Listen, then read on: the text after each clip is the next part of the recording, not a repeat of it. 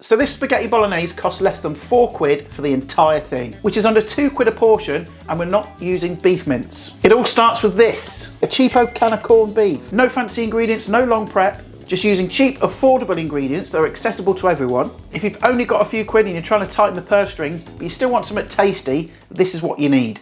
Right, so the first thing we need to do is make the sofrito, okay? Which is the basis for any good ragu alla bolognese. So I've got my carrot, onion and celery. Now I should stress, if you're Italian watching this and flipping, screaming at the screen right now, going, what the hell are you doing? You know, making a bolognese out of corned beef. I know, all right? This isn't meant to be traditional or authentic. I've got a more traditional or authentic bolognese on the channel already, which I did a few years ago. But listen, we're not in that world right now, okay? We're in the realms of keeping people fed for not a lot of money, okay? So if you're Italian watching this, I understand, all right? But just listen, calm your tits, it's fine. So first things first, I'm gonna get this onion, get those pubes off. Cut that in half. I'm only using half of this onion, so you can use the other half for something else. Peel it.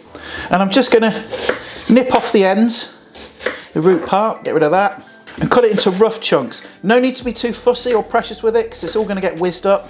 Celery, I'm just going to top and tail that, just nip off the rough ends. Same with the carrot, I'm not even going to bother to peel the carrot. Give those a quick rinse under the tap. And the same with the onion, just kind of roughly chop that down. Same with the carrot. Why is this bloody board moving? I know why this board's moving, it's because it's flipping bent in the middle. It's warped. So if anyone's got any ideas on how to straighten that out, I'd be much appreciated because this bloody chopping board wasn't cheap when I bought it. So once your veg is nicely chopped like that, we need to blitz it up. Right, let's get the old whizzer out. If you haven't got one of these, you know, you can use a box grater instead. If you haven't got that either, well, you're going to spend a lot of time chopping this nice and fine. Okay, so we need it kind of grated because the bolognese is going to cook a lot faster than like a traditional one. So you're not going to simmer it for like 4 hours. So this is going to save on electricity as well. So this needs to be nice and fine so it cooks down quick enough. So got it in there, lid on, and then whiz it up until it's nice and fine. Right, pan. I'm going to pop that onto the heat, probably like a 4, sort of medium heat. And I'm going to add a touch of oil. I'm just using plain like veg oil. You know, olive oil would be nice, but I haven't got any in for a start. And you know, it's expensive, isn't it? So we're trying to balance this out between flavour and, you know, being budget friendly. Then I'll take my my whizzed up sofrito and add that to the pan. So like you would do with any kind of bolognese, we need to sweat this sofrito off. That's going to help release the sweetness from the onions and just makes it taste a lot better. But the thing is, when you're using so few ingredients, you need to get the best out of them, okay? To paraphrase Marco Pierre White, you know, to cook well, it's lots of little steps done right. And it's true. So I'm going to give, whoa, Jesus Christ, those onions are flipping strong. Ah, Jesus Christ. Right, so whilst the veg is sweating down, we're going to open our corned beef. Now, top tip for you, right? When you're going shopping for your corned beef, make sure you get one with a key, because there's a habit of people nicking these because they go perfectly in the little coin slot for your trolley. Okay, so people nick these instead of putting in a quid. And yeah, we all know the drill, don't we? It's such a backwards thing, innit, having a square tin. Just make them round, put a ring pull on it.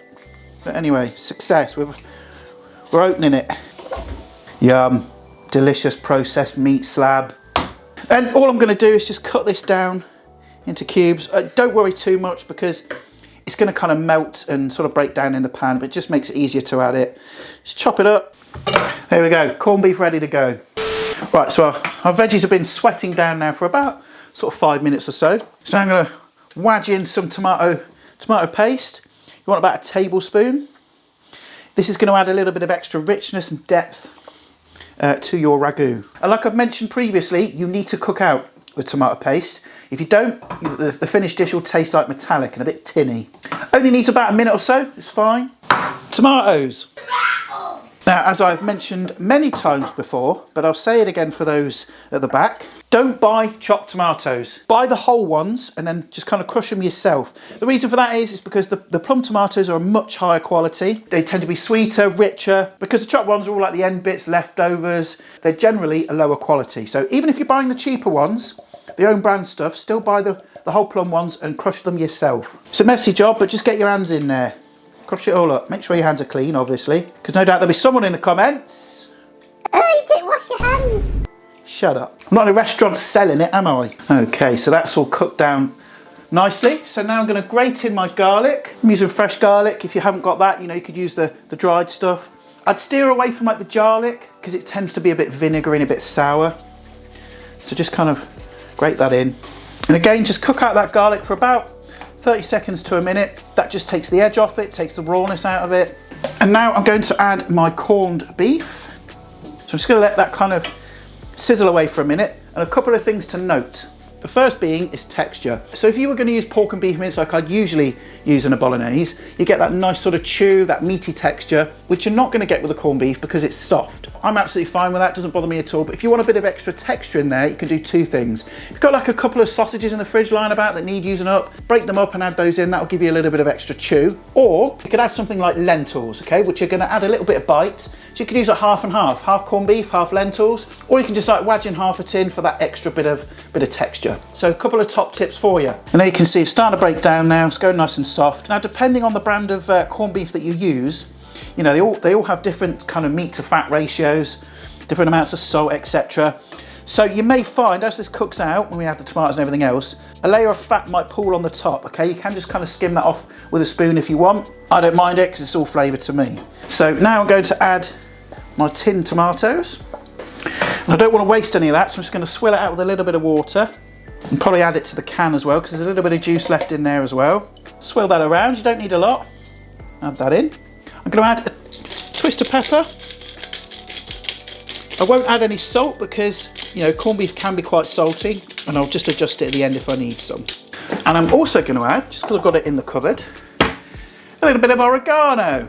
I'd say about half a teaspoon, something like that. It's quite a strong herb, oregano, so go a little bit steady.